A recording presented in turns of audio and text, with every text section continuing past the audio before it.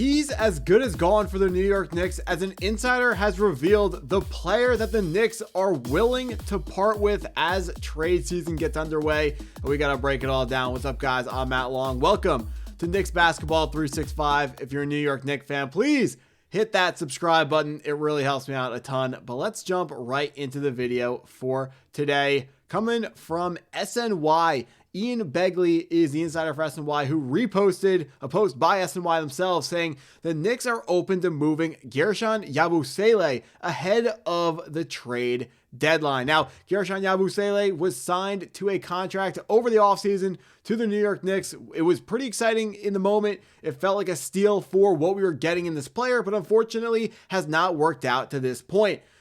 From SNY, Yabusele's time in the Big Apple has not quite started as planned. The big man has struggled to find his footing over the first 2 months, averaging under 10 minutes per game after being the Knicks' biggest free agent addition of the summer. I mean, I kind of disagree on biggest addition. Most expensive addition, yes. But they continue to say here, he has seen his numbers drop off on both ends of the floor, producing just 3 points and 2.2 rebounds on 3.4%.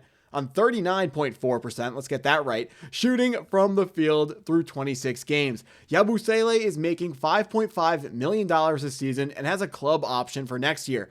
League executives told Edwards that Knicks will likely have to give up other assets for another team to take on his contract. Now, that is talking about James Edwards, the New York Knicks insider for The Athletic. That is not what we want to hear, that we have to add more assets to our player to get him off our roster if we want to replace him with someone that is more effective. Now, Guerschon Yabusele, like I said earlier, was an exciting addition to the Knicks this offseason, but unfortunately, only averaging 3 points, 2.2 rebounds per game, 0.4 assists per game, shooting 39.4%. So, not at all what we were expecting when we signed him to a deal, netting him $5.5 million per year. We signed him to a 2-year, $11 million contract with that option in the second year, but really has not worked out well at all. And it's unfortunate because we know how difficult big men are to find in the modern NBA.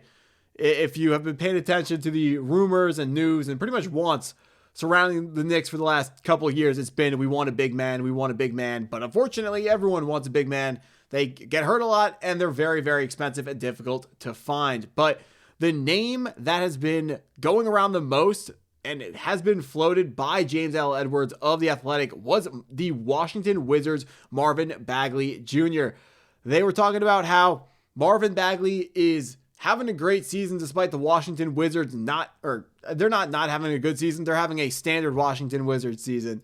But Marvin Bagley Jr. is making $2.3 million this year, which makes him someone that is gettable for the New York Knicks. The Washington Wizards are over the salary cap, but they are not in the second apron.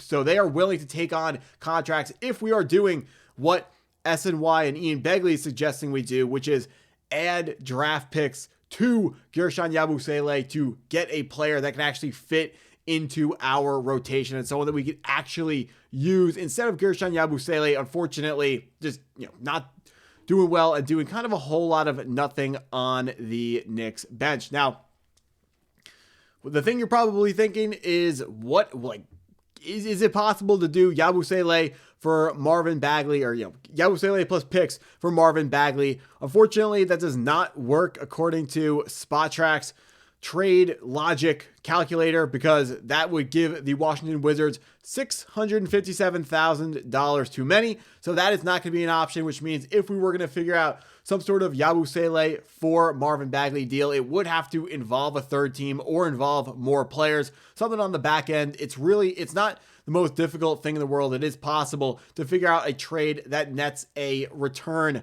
for the Knicks that, or just makes that trade work. There are more ways to do it other than just Yabusele for the picks, but we're going to have to figure out something at the backup center position if we want to move Karl-Anthony Towns to his natural position of power forward instead of leaving him at the center, because it's great that Mitchell Robinson is healthy right now.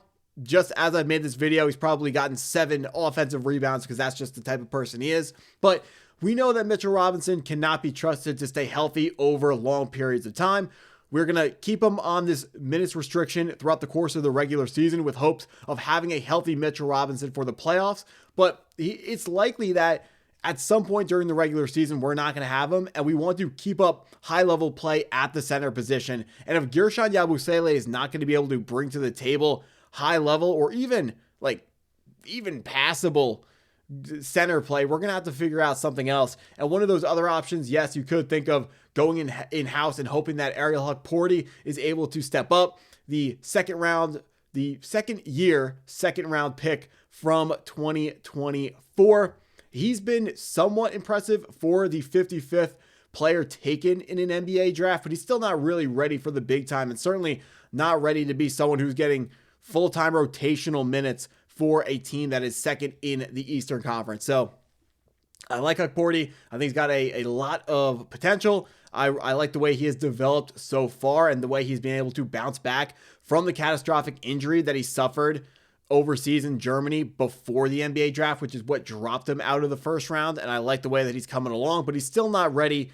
Guerschon Yabusele, those stats were just, I don't even want to put them up on the screen because they're really, really gross and really, really disappointing. But we got to figure out something at the center position. I know last year the most exciting name was Walker Kessler. The problem with Walker Kessler, other than the fact that he's out for the entire season this year, is he's on the Utah Jazz. We know their general manager, Snyder, or their general manager, he likes to overcharge anyone who's trying to make a deal with that team, and it is really, really, really tough to make anything happen with them. So if you wanted a Walker Kessler, which everyone in the league wants a Walker Kessler, he's going to be one, super expensive, and two, he's still a very young player.